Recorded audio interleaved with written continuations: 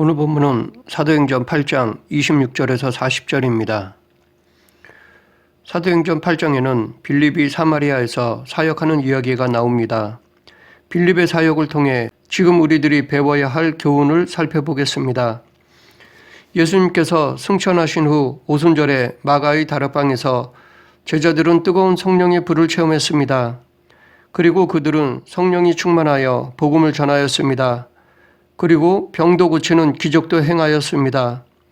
그들의 수고와 노력은 헛되지 않았습니다. 예수 그리스도를 믿는 사람들의 수는 늘어갔습니다. 그러자 유대 종교 지도자들의 핍박도 강해졌습니다. 복음을 전하지 못하게 할 뿐만 아니라 사도들을 옥에 가두거나 때리기도 하였습니다. 그럼에도 불구하고 예수 그리스도를 영접하는 사람들은 늘어만 갔습니다. 그러자 종교 지도자들은 특단의 조치를 내렸습니다. 그것은 스데반을 죽이는 것을 시작으로 예루살렘에 있는 그리스도인들을 잡아 가두는 것이었습니다. 그로 인해 예루살렘에만 있던 그리스도인들이 유대 전역과 사마리아로 흩어졌습니다. 더 멀리는 다메섹, 베니게, 구브로, 안디옥까지 흩어졌습니다. 그들은 그곳에서 복음을 전했습니다. 이렇게 복음 전파를 방해하고 핍박한 것이 오히려 복음을 확산시키는 계기가 되었습니다. 알고 보면 유대 종교 지도자들의 핍박이 오히려 복음을 확장시키는 하나님의 도구였던 것입니다. 하나님이 이렇게 하신 이유는 온 유대와 사마리아와 땅끝까지 이르러 내 증인이 되리라 라고 말씀하셨는데 사도들과 성도들이 예루살렘에만 머물자 하나님은 핍박이라는 것을 허용하여 당신의 뜻을 이루셨습니다. 이렇게 하나님은 인간의 악한 행위도 당신의 뜻을 이루는 도구로 사용하십니다. 마치 요셉 형들의 악한 행위를 역이용하여 하나님이 당신의 뜻을 이루신 것처럼 유대 종교 지도자들의 악한 행위를 역으로 이용하여 하나님은 당신의 뜻을 이루신 것입니다. 그렇다고 이것이 악을 정당화하는 것은 아닙니다. 아무리 인간이 악하여 하나님의 일을 방해하려고 해도 하나님의 일은 막을 수 없고 하나님의 일은 멈추지 않는다는 것을 보여주는 것입니다. 하나님의 뜻은 어느 누구의 영향도 받지 않고 반드시 이루신다는 것을 보여줍니다. 핍박으로 인해 흩어졌던 성도들이 그렇게 도망친 곳에서 복음을 전하자 많은 사람들이 예수 그리스도를 영접했습니다. 핍박을 피해 예루살렘을 떠나 복음을 전한 사람들 중에는 빌립 집사도 있었습니다. 빌립은 사마리아로 내려가 복음을 전했습니다. 그리고 표적도 행하였습니다.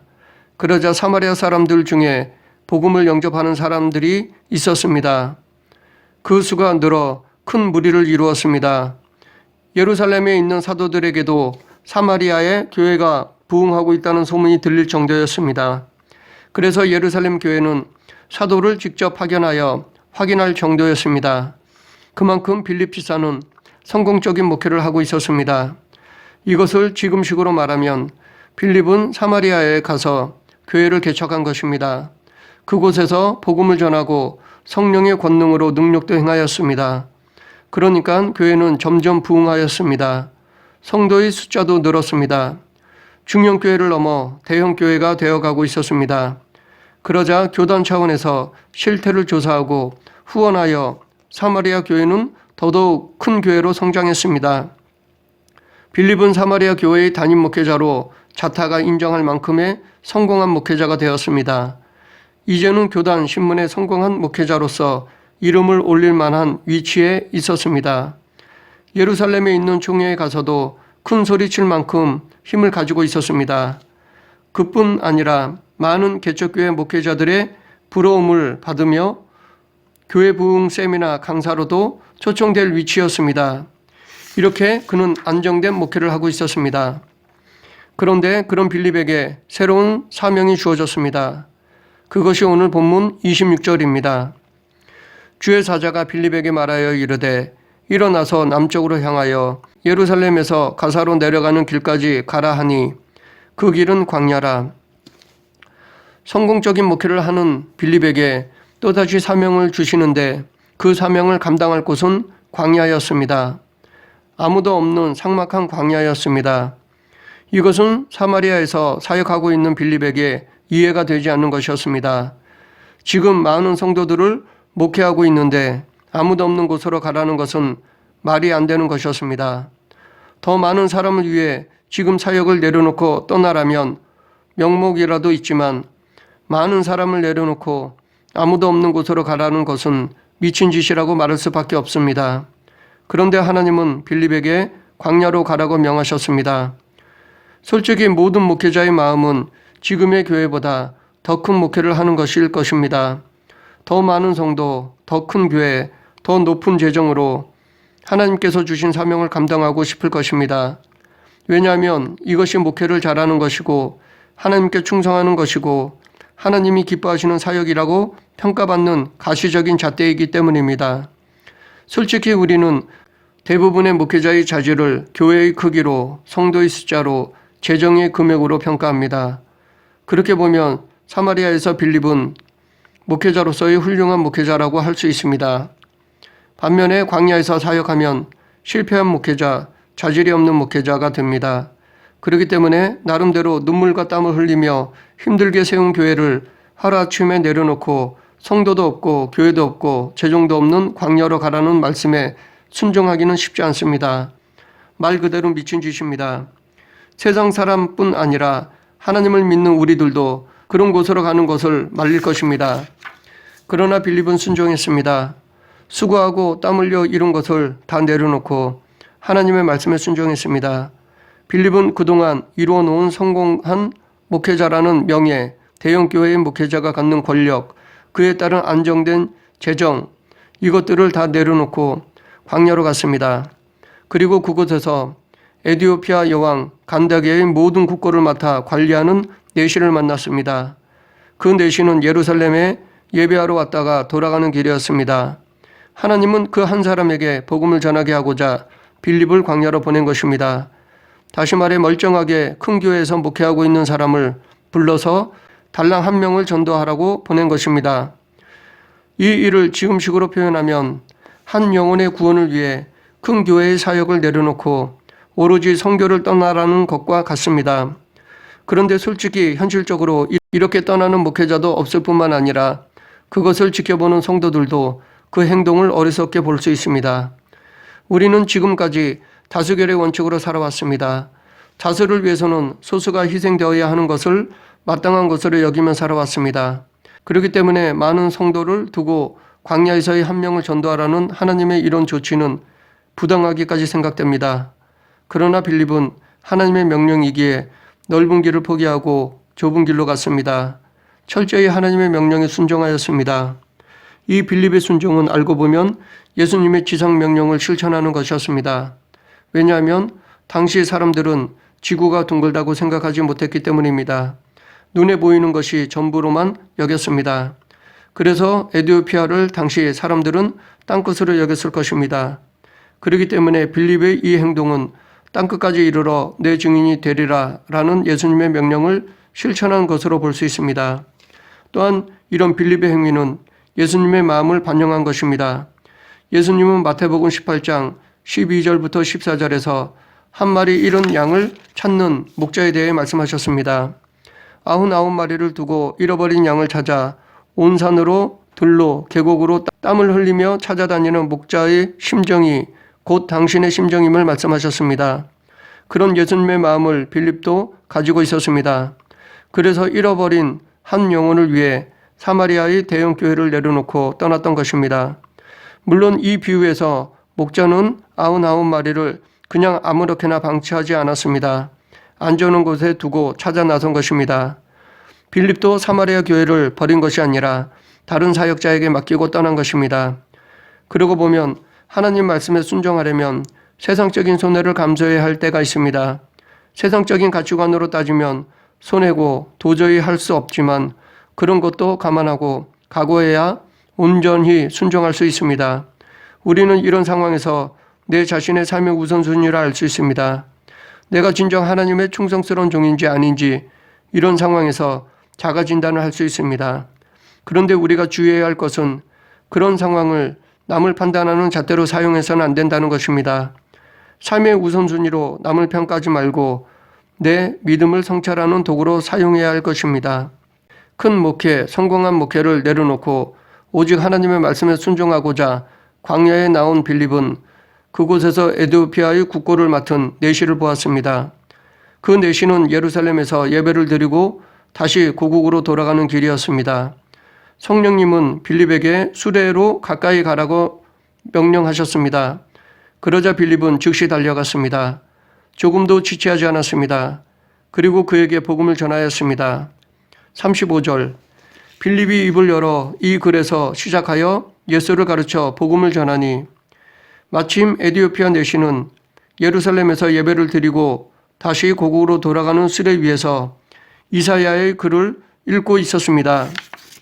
빌립은 에티오피아 내시에게 읽는 것을 깨닫느냐라고 물었습니다. 그러자 에티오피아 내시는 지도해 주는 사람이 없으니 어찌 깨달을 수 있느냐라고 대답하였습니다. 이 내시는 먼 길을 와서 예배드릴 정도로 믿음은 있었지만 말씀에 대해서는 잘 몰랐습니다. 아무리 성경을 읽어도 이해가 되지 않았습니다. 이처럼 믿음과 뜨거운 마음으로 성경을 읽어도 이해가 되지 않을 수 있습니다. 그렇기 때문에 가르침이 필요합니다. 성경 공부가 필요한 것입니다. 바울은 로마서 10장 17절에서 믿음은 들음에서 나며라고 하였습니다. 그런데 성경 말씀을 듣는다고 그 의미를 다 알고 깨닫는 것은 아닙니다. 들음으로 믿음이 생기지만 그것이 말씀을 다 이해했다는 것을 의미하지는 않습니다. 성경 말씀 중에는 듣거나 읽기만 해도 이해되는 부분이 있고 듣거나 읽어도 이해가 되지 않는 부분이 있습니다. 이해가 되지 않는 부분을 함부로 내 생각대로 해석하면 안 됩니다. 물론 성경은 근본적으로 성령님께서 깨닫게 해주십니다. 그렇다고 자기 혼자 성령님의 도움으로 깨달으려 하면 잘못된 해석을 할 위험이 있습니다. 성령님은 나만 그 말씀을 해석하게 해주시는 것이 아닙니다. 지금까지 많은 사람들이 성경 구절을 묵상하고 기도했기에 과거 당신의 백성들에게 하나님은 어떻게 풀이해 주셨는지 확인해야 합니다. 즉 주석, 강해, 해석집을 봐야 합니다. 그런데 복음주의로 인정된 해석을 참고해야 합니다.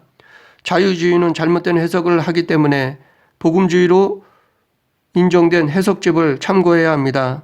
그래야 잘못된 길로 가지 않을 수 있습니다.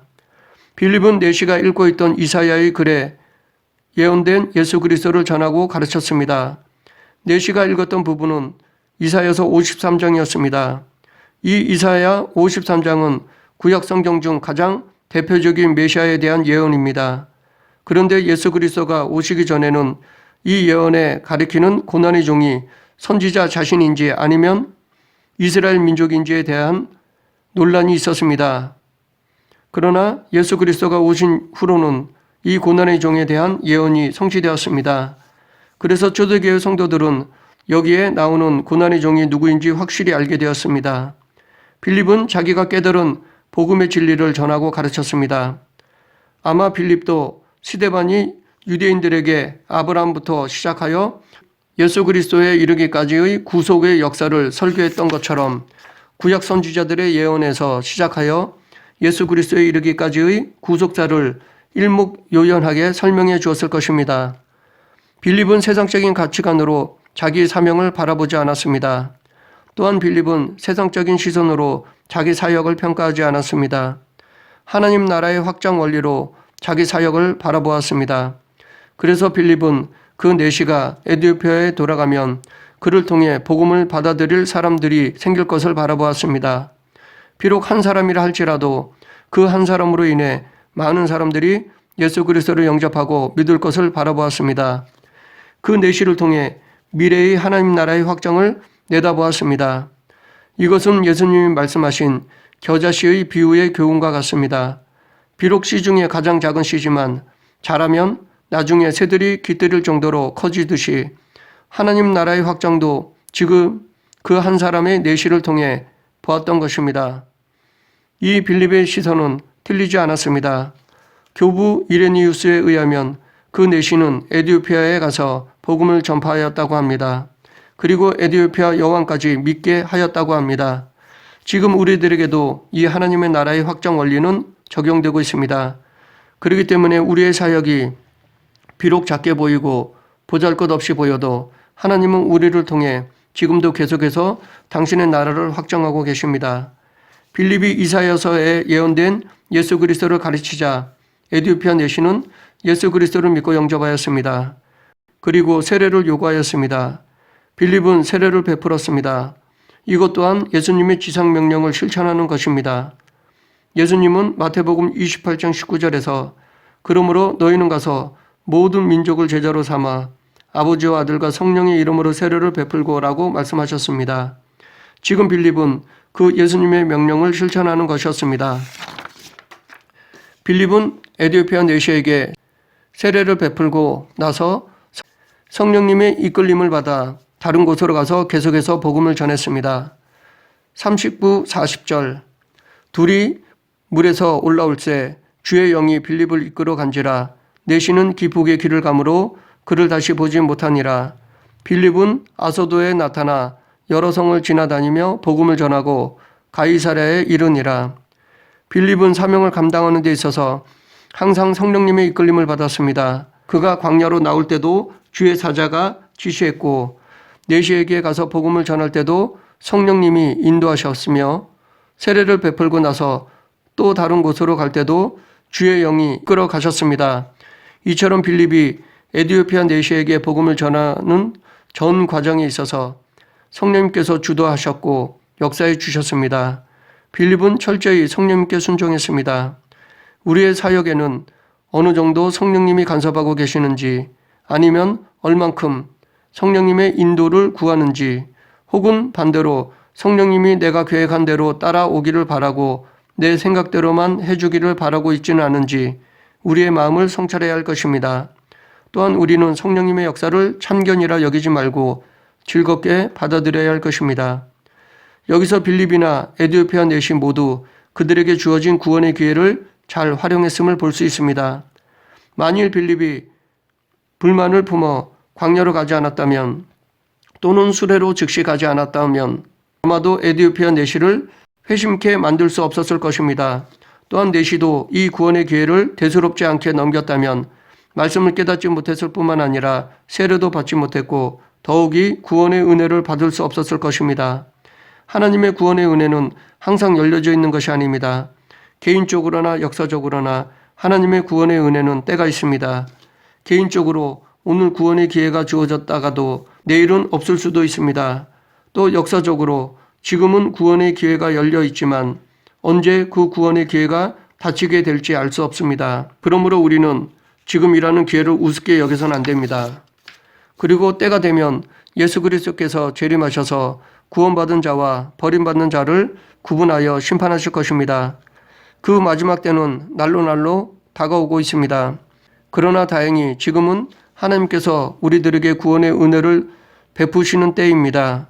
그렇기 때문에 우리는 우리 주위에 아직 예수님을 영접하지 못한 자들에게 복음을 전해야 합니다. 그리고 가르쳐야 합니다. 지금 아니면 그 기회를 놓칠 수 있습니다. 말씀을 정리하겠습니다. 빌립은 사마리아에서 성공적인 목회를 하고 있었습니다. 그런 빌립에게 새로운 사명을 주셨습니다. 그것은 광야로 가는 것이었습니다. 빌립은 세상적인 가치관에 얽매이지 않았습니다. 그래서 하나님의 말씀에 순종하였습니다. 그곳에서 에디오피아의 국고를 맡은 내시를 만났습니다. 그에게 성경을 가르쳤습니다. 그리고 세례를 베풀었습니다. 그 후에 다시 성령님의 이끄심으로 다른 곳에 가서 복음을 전하였습니다. 빌립은 현실에 안주하지 않았고 과거에 얽매이지도 않았습니다. 하나님께서 주신 사명에 항상 충성을 다했습니다. 우리도 빌립처럼 내게 주신 사명에 최선을 다해야 할 것입니다. 세상의 가치관이 아닌 하나님의 상급을 바라보며 사명에 충성해야 할 것입니다. 우리 모두 나에게 주어진 사명을 위해 최선을 다하는 성도가 되길 간절히 축원합니다. 기도하겠습니다. 사랑과 은혜가 풍성하신 하나님 아버지, 저희들도 세상의 영광이 아닌 하나님의 나라의 확장을 위해 충성을 다하는 성도가 되길 원합니다. 저희들을 붙잡아 주셔서 빌립처럼 복음을 전하고 가르치는 성도가 되게 하여 주시옵소서. 예수님 이름으로 기도드립니다. 아멘.